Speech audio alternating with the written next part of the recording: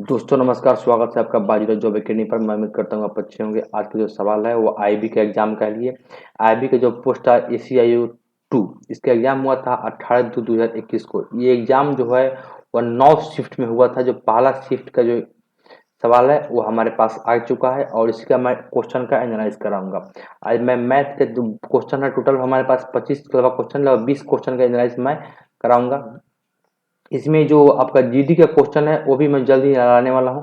और ये आपका क्वेश्चन है, मोबाइल नंबर है, इस मोबाइल नंबर से हमको संपर्क कर सकते हैं। जो क्वेश्चन है वो काफ़ी इंपॉर्टेंट है। जो आने वाले जितने भी एग्जाम है वो सभी एग्जाम में क्वेश्चन का काफ़ी वेटेज रहेगा, क्योंकि इस पर बेस्ट भी सवाल आपको मिल सकता है देखने के लिए। हवाई अड्डा में मेरा बैच चलता है ऑफलाइन, और चंदमारी में भी ऑफलाइन बैच है, आप वहाँ से जुड़ सकते हैं हमसे। आगे बढ़ता हूँ क्वेश्चन की तरफ। पहला क्वेश्चन है मेरे पास, किसी सवारी रेलगाड़ी में 18 बोगियां है। प्रत्येक बोगी की लंबाई कितना है? 18 मीटर। अब बताइए, 18 गो बोगी है, प्रत्येक बोगी की लंबाई अगर 15 मीटर है तो टोटल लंबाई कितना हो गया? तो 18 गुने 15 लंबाई होगा किसका? रेलगाड़ी का। यानी रेलगाड़ी का लंबाई कितना हो गया? 18 गुने 15, यही तो लंबाई हो गया। तो पूछा क्या गया है कि रेलगाड़ी इलेक्ट्रिक पोस्ट को पार कर रहा है कितना सेकंड में? 15 सेकंड में पार कर रहा है, 15 सेकंड में। तो अब हमको निकालना क्या है? अगर हमको निकालना है चाल, मान लीजिए निकालना है ट्रेन की चाल। चाल बराबर क्या होता है? बराबर होता है दूरी बटा समय। दूरी कितना है मेरा? 18 गुने 15, इन्हें दूरी है, इसे गुना नहीं करेंगे। क्यों करेंगे गुना? क्योंकि कठिन हो जाएगा गुना करने के बाद। और समय कितना लग रहा है? समय लग रहा है इसको 15 सेकेंड। तो 15 से 15 खत्म, बच कितना गया हमको? 18। 18 मीटर पर सेकेंड ट्रेन की चाल हो गई। क्लियर? ध्यान दीजिए, कुछ समस्या के कारण 3 बोगियों को अलग कर दिया गया। अब 3 बोगी अलग हो गया तो बोगी बच कितना गया? 18 में से 3 गया तो बोगी बच गया हमारे पास। कितना बच गया? बोगी बच गया हमारे पास 15 बोगी बच गया, 15 बोगी बच गया। अब ध्यान दीजिए, कुछ समस्या का 3 बोगी अलग हो गया। अब रेलगाड़ी इलेक्ट्रिक पोस्ट को कितने सेकंड में पार करेगी? सेकंड मतलब हो गया कि हमें पूछ क्या रहा है? हमसे पूछ रहा है समय।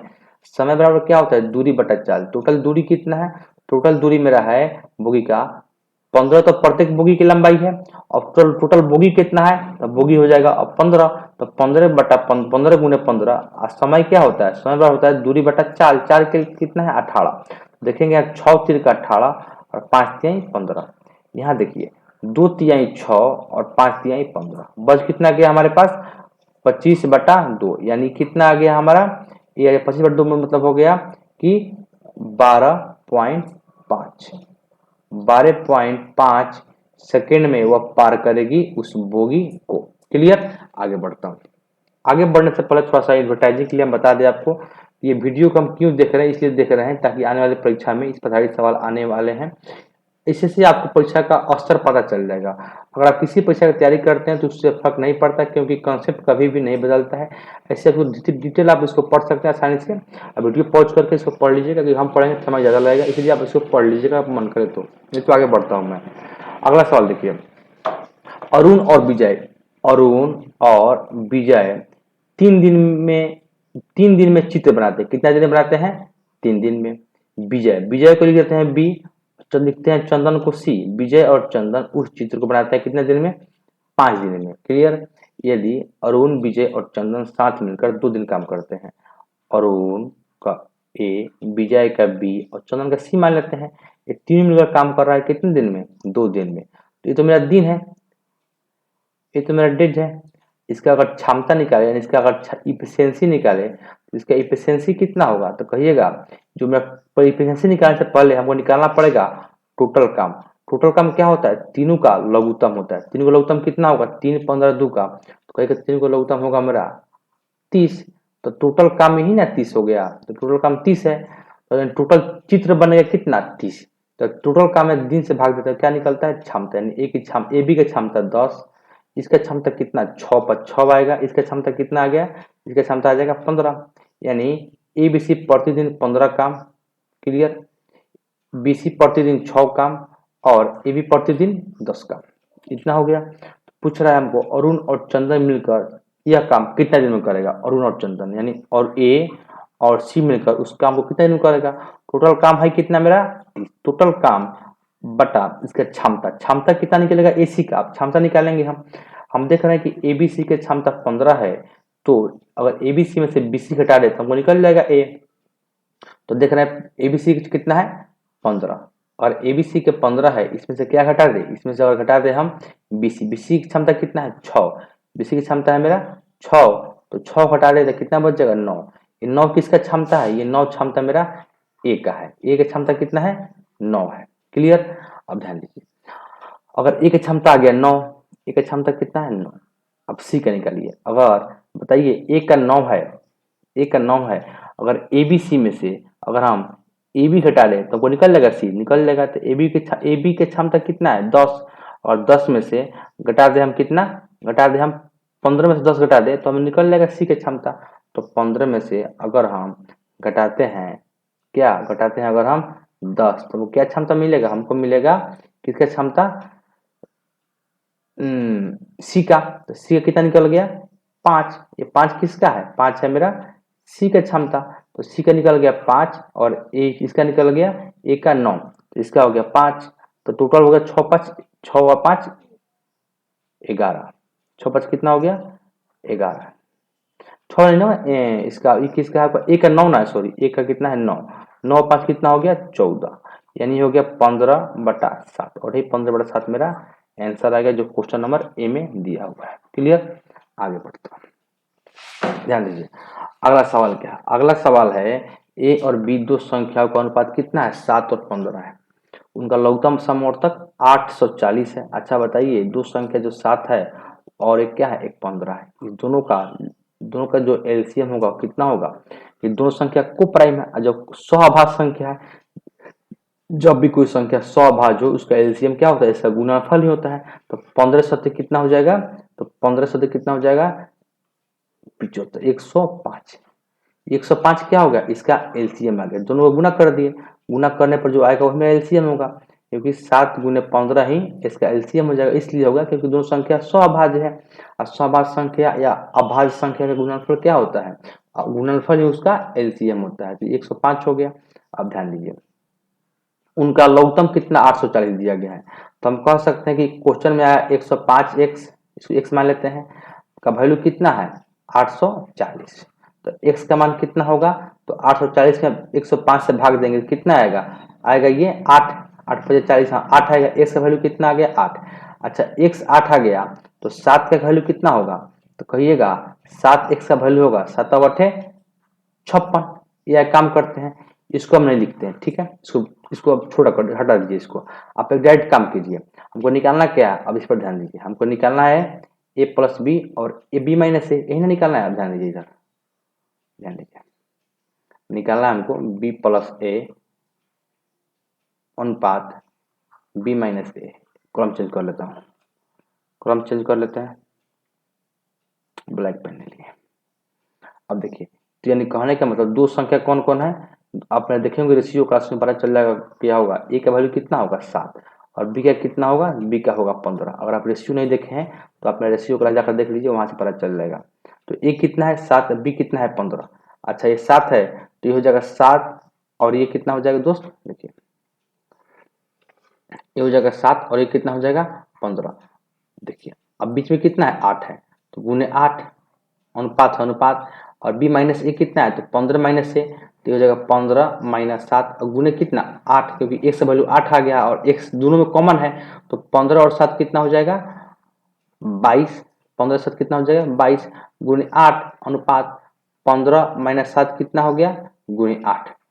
अब बताइए 15 में से 7 गया तो कितना बचेगा, ये 8 से फिर 8 कट गया, ये बचेगा 11 और ये कितना हो जाएगा आपका 15 में से 7 गया तो कितना बचेगा 8, ये हो गया 11 और ये हो गया 8 कितना हो जाएगा आपका 4, यानी 11/4 मेरा आंसर हो गया। अब हमको जरा सा बताइए आप इस 8 का कहीं वैल्यू हुआ नहीं, ये 8 यहाँ पे लिखे तो ये 8 अपने आप कट गया, ये 8 कट गया, इस 8 का कोई निकालना मतलब है नहीं, मतलब है जब मतलब नहीं है तो यानी हमको 840 का कोई मतलब ही नहीं होता है। 840 हो या ना हो कोई फर्क नहीं पड़ता, 840 के बदले 8040 हो, 8,40,000 हो या 520 हो, कोई भी नंबर उससे फर्क नहीं पड़ रहा है। क्योंकि नहीं पड़ रहा है, इसलिए नहीं पड़ रहा है क्योंकि एक से वैल्यू 8 हमको मिल गया और ये 8 जहाँ पे हम वैल्यू पुट किए 8 से 8 कट गया, वैल्यू वही आया जो मेरा ऑप्शन में जो हमारा क्वेश्चन में दिया हुआ था 7 15, वही वैल्यू पुट किया और उसी से मेरा आंसर आ गया। तो कोशिश कीजिए ऐसे सवालों को बनाने के लिए आप डायरेक्ट वैल्यू पुट कर दीजिए। इस 840, 1040, 2025 में से आप फर्क में मत पड़िए, क्योंकि ये क्वेश्चन थोड़ा आपको टाइम ज़्यादा लगेगा और समय ज़्यादा लगेगा। आप ये सीखना चाहते हैं कैसे हो रहा है, क्यों हो रहा है, तो आप मेरा रेशियो क्लास देखिए, और उसी तरह सीखना चाहते हैं तो मेरा ऑफलाइन क्लास ज्वाइन कर सकते हैं, नहीं ज्वाइन कीजिएगा तो कोई बात नहीं, आप जब पढ़ाएंगे उसमें आप क्लियर हो जाएगा। आगे बढ़ रहा हूँ। देखिए, दो संख्याएं रिक्त स्थान में छोटी छोटी कौन सी संख्या रखी जाए कि 11 से विभाज्य हो जाए। 11 से विभाज्य होने का एक मतलब होता है, एक तरीका होता है। संख्याओं का अगर ऑड इवन पैलेस को हम ऐड करेंगे, यानी सम और विषम संख्याओं को ऐड करेंगे, विषम संख्या नहीं विषम पैलेस को, स्थान को ऐड करेंगे, यानी अल्टरनेट संख्याओं को जोड़ेंगे। जोड़ने के बाद संख्याओं का अंतर 0 हो या 11 के मल्टीपल में हो, 11 के मल्टीपल में हो, तो भी मेरा संख्या 11 से कटेगा तो ही कटेगा, नहीं तो संख्या 11 से नहीं कटेगा। ध्यान दीजिए, 8 6 14, 14 और 9 कितना हो गया, तो 14 9 हो जाएगा 23 1 24, कितना आ गया 24। इसका डिफरेंस 0 हो या 11 हो, अब डिफरेंस देखिए, 9 5 7 5, तो 7 5 हो जाएगा आपका 12, 12 ये संख्या मान लीजिए x, तो 12 x एक हो जाए 13 x, यानी 13 और x, यहाँ पे कितना ऐड करें x की जगह, इस संख्या या तो आपका 24 हो या इसका डिफरेंस कितना हो 11 हो। डिफरेंस कितना हो 11 हो। देखिए तो कुछ गलती तो नहीं है। 9 7 5 12 और एक 13x, ठीक है। तो कितना ऐड किया जाए यहाँ पर, तो यहाँ पे ऐड कर दीजिए आप, मान लेते हैं 1, तो हो जाएगा 24 और ये कितना हो जाएगा 14। अंतर कितना का आ गया 10 का। अंतर आना चाहिए 11 का, कुछ दिक्कत हो रही है तो 6 5 9 x 2x, तो हो जाएगा आपका 814 और 9, 814 हो जाएगी, देख लेते हैं बढ़िया से।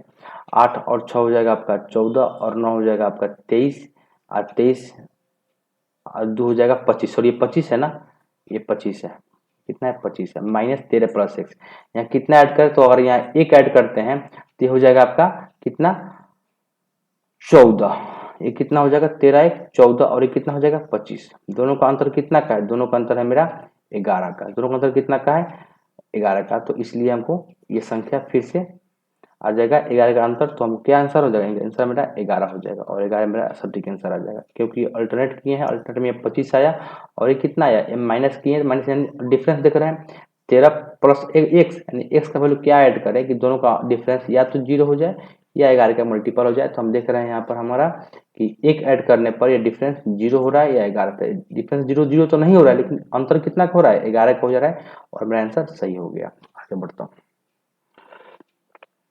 15% और 5% के दो क्रमिक छूट निकाले। फॉर्मूला होता है x + y - xy बटा 100। इसको बोलते हैं हम लोग क्रमिक छूट। क्या बोलते हैं, क्रमिक क्रमिक छूट। और लगातार क्रमिक छूट हो तो 15 + 5 - 15 × 5 बटा कितना 100, तो 15 5 कितना हो जाएगा 20 माइनस 15 15 15 25 कितना हो जाएगा 75 बटा कितना 100 है, तो ऊपर जाएगा तो ये हो जाएगा कितना आपका 20 - 0.75, 20 में से 0.75 जाएगा, कितना बचेगा 19.25, और यही मेरा आंसर आ गया। क्लियर, कितना ऑप्शन है, ऑप्शन नंबर बी। अच्छा, 100 में से किसी संख्या का x% घटाया जाए। 100 में से घटाना है क्या, किसी संख्या का 25%, 25% मतलब हो गया 1/4 घटाना है। 100 में से किसी संख्या का 25% घटाया जाता है तो उसका शेषफल वही संख्या प्राप्त होता है, यानी संख्या वही x प्राप्त होता है। संख्या मतलब क्या हुआ, संख्या मान लीजिए x, अब देखिए यहाँ पे ये हो जाएगा 100 माइनस ये x/4 बराबर x, तो अब देखिए यहाँ पर जब ये x/4 है, इधर आएगा तो क्या हो जाएगा 100 बराबर x, माइनस में इधर आएगा तो प्लस x/4, ये हो जाएगा 5x, एक 4x और एक 5x, तो हो कितना गया मेरा 100 बराबर 5x/4, तो 5 से कटेगा कितना बार में, 5 से कटेगा ये 20 बार में, 20 × 5 = 100, तो x कितना आ गया, तो x आ गया मेरा 20 × 4, 20 × 4, 4 चल जाएगा ऊपर गुना में, क्योंकि भागे में तो ऊपर जाएगा तो गुना में हो जाएगा, एक वो कितना गया 80, यानी 80 आ गया किसका मान x का, और यही मेरा आंसर आ गया। क्लियर, आगे बढ़ रहा हूँ। दो संख्याओं का अनुपात इतना है, उनका लघुत्तम समवर्तक उनका महत्तम समवर्तक से 42 अधिक है। पर देखना होगा 3 और 5 का लघुत्तम कितना होगा। तो हम देखते हैं लघुत्तम जो होगा वह एलसीएम जो होगा कितना होगा, दो संख्या को प्राइम है तो लघुत्तम इसका गुणनफल होगा, तो कितना हो जाएगा 15x। ठीक है। अच्छा, जो एचसीएफ होगा वो कितना होगा, एचसीएफ दोनों को प्राइम का एचसीएफ कितना होता है, कभी भी हमको को प्राइम नंबर यानी 100, जो लिखता हूँ कॉन्सेप्ट है 100 अभाज्य संख्या का जो एचसीएफ होता है वो कितना होता है, 1 होता है। 100 अभाज्य है तो एचसीएफ कितना हो जाएगा 1x। अब कह रहा है लघुत्तम समवर्तक उसका महत्तम समावर्तक से 42 अधिक है। लघुत्तम समवर्तक से कितना अधिक है, मैंने महत्तम जो लघुत्तम समवर्तक है महत्तम से कितना अधिक है, 14 अधिक है। 14x अधिक है, इक्वल है 42 अधिक है। तो 14x बराबर कितना आ गया 42। कितना हो गया 42। x बराबर कितना हो गया 42 बटा 14, 14 तिरका 42। तो x कितना आ गया, x आ गया 3। x कितना आ गया मेरा 3।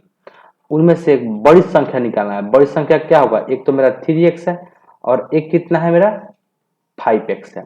तो दोनों में बड़ा कौन होगा 5x वाला। तो 5 3 15, यही मेरा बड़ा संख्या आ गया। क्लियर, आगे बढ़ता हूँ। क्रमागत संख्याओं का 5 क्रमागत संख्याओं का औसत 21 है, तो सबसे बड़ी संख्या क्या है। सबसे पहले बता दें आपको कि जो औसत होता है, औसत का मतलब होता है कि बीच का संख्या। औसत मतलब होता है कि बीच का संख्या। क्लियर, औसत का मतलब होगा कि बीच का संख्या। क्लियर, औसत का एक फॉर्मूला भी होता है, उसको बताया था थोड़ा सा जानकारी के लिए आपको। औसत बराबर होता है कि टोटल जो नंबर होता है सभी संख्याओं का जोड़ देंगे, सभी संख्या का योग और सभी जो संख्या है सभी संख्या का की गिनती, यानी संख्या कितना टर्म है, 5 गो है कि 6 गो है कि 10 गो है, या 5 संख्या है तो 5 हो गया। अब लेकिन हमको इस फॉर्मूला से मतलब नहीं है, हमको फॉर्मूला पर नहीं बनाएंगे। फॉर्मूला बनाएंगे टाइम ज्यादा लगेगा। अब देखिए कैसे बनाते हैं। हमको मतलब हमको पता है कि जो औसत होता है वो क्या होता है, बीच का संख्या होता है। जो औसत क्या होता है, बीच का संख्या होता है। अब ध्यान दीजिए, तो औसत बीच का संख्या होगा तो कह रहा है 5 क्रमागत संख्या का औसत कितना है 21 है। तो जब औसत 21 है तो बीच में होगा, तो एक संख्या इधर होगा, एगो इधर होगा, एगो इधर होगा, एगो इधर होगा, टोटल 5 हो गया। एगो, दूगो, 3 गो, 4 गो, 5 गो, बीच में क्या है 21 है। सबसे बड़ी संख्या कह रहा है, सभी संख्या क्रमागत है तो 21 होगा, ये वाला 22 होगा और ये कितना हो जाएगा 23 हो जाएगा। सबसे छोटा कहता है तो ये हो जाएगा 20 हो जाएगा और ये कितना हो जाएगा 19 हो जाएगा। तो सबसे बड़ा इसमें कौन है, तो सबसे बड़ा कौन है, सबसे बड़ा मेरा 23 है। सबसे छोटा कौन है 19 है। इस प्रकार हम आसानी से बिना क्वेश्चन देखे बिना क्रम चला बना सकते हैं। कौन हो जाएगा 23। 23 सबसे बड़ी संख्या हो जाएगी। क्लियर, आगे बढ़ता हूँ। उस घन का संपूर्ण पृष्ठ क्षेत्रफल ज्ञात कीजिए जिसका आयतन कितना है 64 मीटर घन क्यूब है। अच्छा, आयतन पूछा है तो घन का जो आयतन होता है वो कितना होता है, जरा ध्यान दीजिए। घन का जो आयतन होता है वह होता है, यह है आयतन होता है, वह होता है भुजा, भुजा का क्यूब। अच्छा, आयतन कितना है 64, तो भुजा मतलब एक क्यूब मान लीजिए। तो जब क्यू जाएगा ऊपर तो चढ़ जाएगा क्यू इस पर, तो एक कितना हो गया ये, तो ये हो जाएगा मेरा 4 चुका 16 चुका 64। एक कितना हो गया मेरा 4, भुजा आ गया मेरा 4। अच्छा, अब कह रहा है घन का संपूर्ण पृष्ठ क्षेत्रफल निकालिए। एक और फॉर्मूला आपको याद होना चाहिए, घन का संपूर्ण होता है, संपूर्ण पृष्ठ जो क्षेत्रफल होता है वह होता है 6a²। अब देखिए 6 और 6 a का वैल्यू कितना है 4, 4 का स्क्वायर यानी 6 इन 16, 16 छक कितना होता है 96 और यही 16 छक 96 हमारा आंसर हो जाएगा। और जो ऑप्शन नंबर ए में लिखा हुआ है, जो ऑप्शन नंबर ए में मेरा दिया हुआ है। क्लियर, आगे बढ़ता हूँ। 5 अंकों का 5 छात्रों का अंक इतना है, औसत अंक निकालना है। तो हम लिखवाए थे औसत बराबर क्या होता है, औसत बराबर होता है, लिखवाए थे हम आपको कि टोटल नंबर ऑफ टोटल संख्याओं का कुल संख्या का योग बटा कुल संख्या का क्या थी, गिनती। योग कितना होगा देख लीजिए एक बार। तो 5, देखिए अब जोड़ लीजिए ऊपर ऊपर मोटा मोटी, ये हो गया 50, 50 और यहाँ देखिए 5 5 10 और 5 15, 15 के 5 हाथ में एक, 5 और एक 6, 6 4 10 और 3 13, 2 15, एक हाथ में का 16, इतना आ गया। आसानी से निकाल सकते हैं। हमारा तरीका एक और है, इसका एज्यूम मान लेंगे कि ये 25 35 45 50 और 15 का मान लेंगे एज्यूम में कि ये मान लीजिए इसका 40 मान लेंगे, 40 इसका एवरेज औसत होगा, कितना कम कितना ज्यादा ऐसे ही बना सकते हैं, लेकिन इस पर बनाना उतना टाइम ज्यादा लगेगा। ऐसे क्वेश्चन बनाने के लिए देख रहे हैं सभी डाटा क्या है, सभी जो अंक है वो काफी आसान आसान है, इसलिए हम पूरा नहीं बनाएंगे, हम एकदम हल्का डाटा लेंगे और इसी को बना लेंगे। ये 40 नहीं मानेंगे, 40 मानेंगे कब, जब हमको डाटा कठिन हो, क्वेश्चन ज्यादा बड़ा हो, तब वैसे एज्यूम करके बनाएंगे। हम जब आपको जीडी का या कोई और एग्जाम में कराएंगे जब एनालिसिस, उसमें इस चीज को हम बताएंगे आपको। टोटल होगा 165, आप ध्यान दीजिए। टोटल संख्या कितना है गिनती में, तो 1 2 3 4 5 है, तो बटा 5, तो 5 तिहाई 15, 1 16, 5 तिहाई 15, कितना आ गया, 5 5 16, 15 का 5 33 आ गया।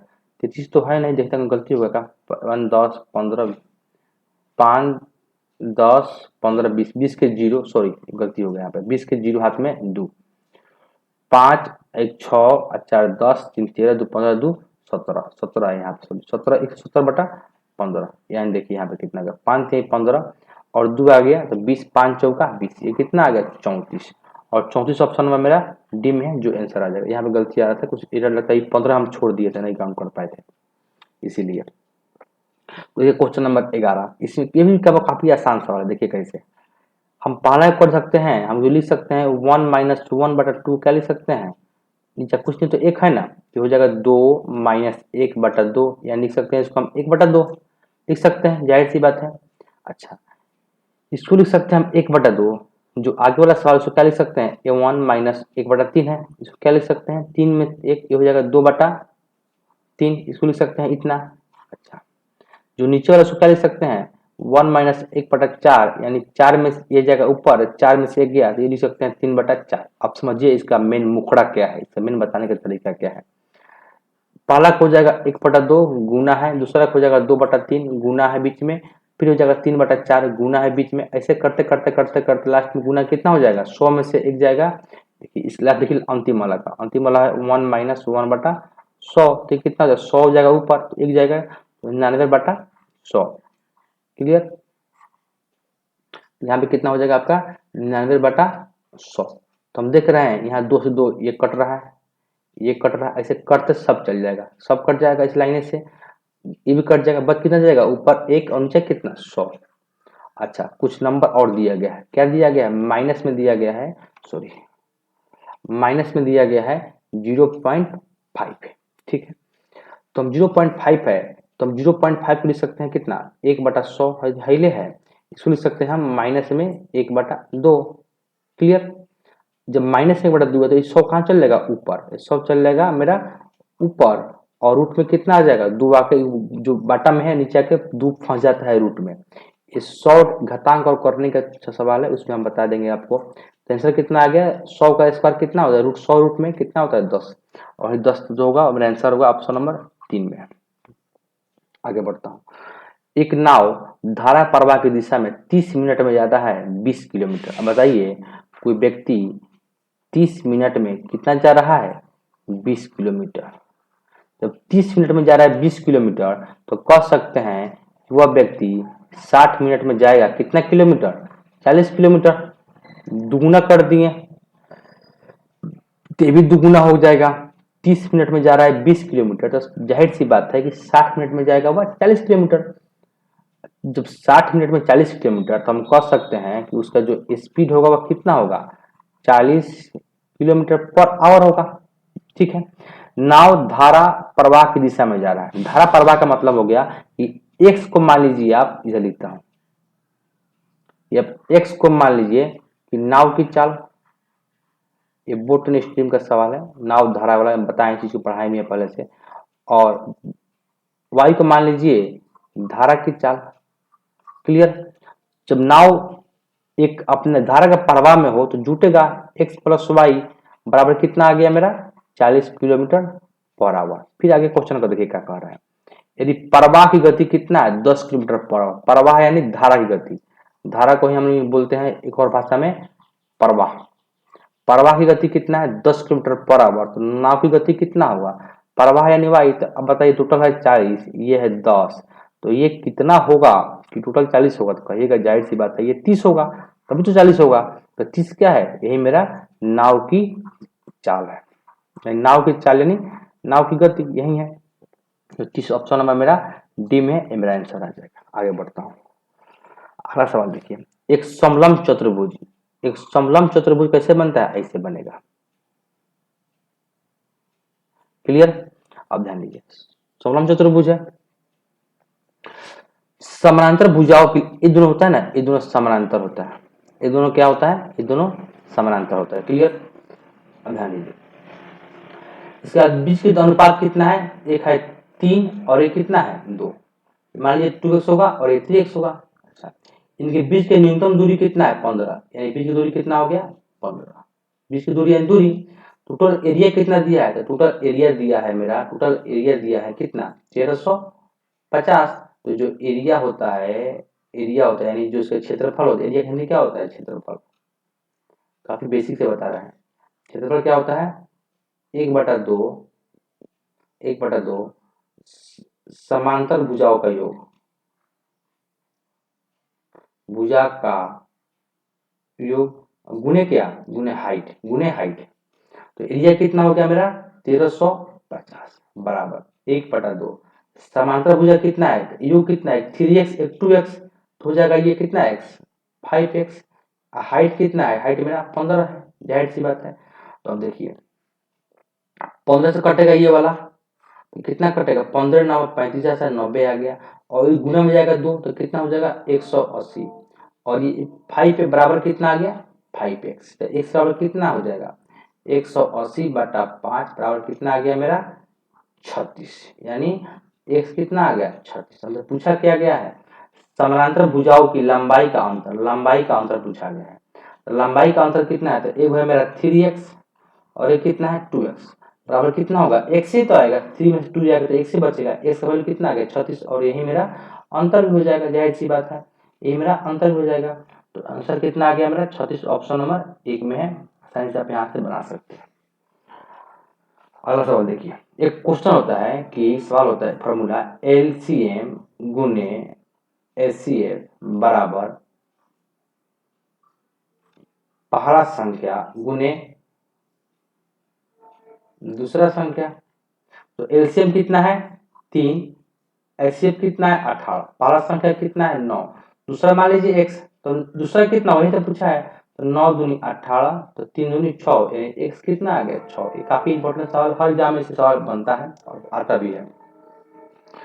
देखिए अगला सवाल, संजय और अमित, संजय को एस मान लीजिए, संजय और जो अमित है वो मिलकर उस काम को कितने दिन में कर रहा है 8 दिन में।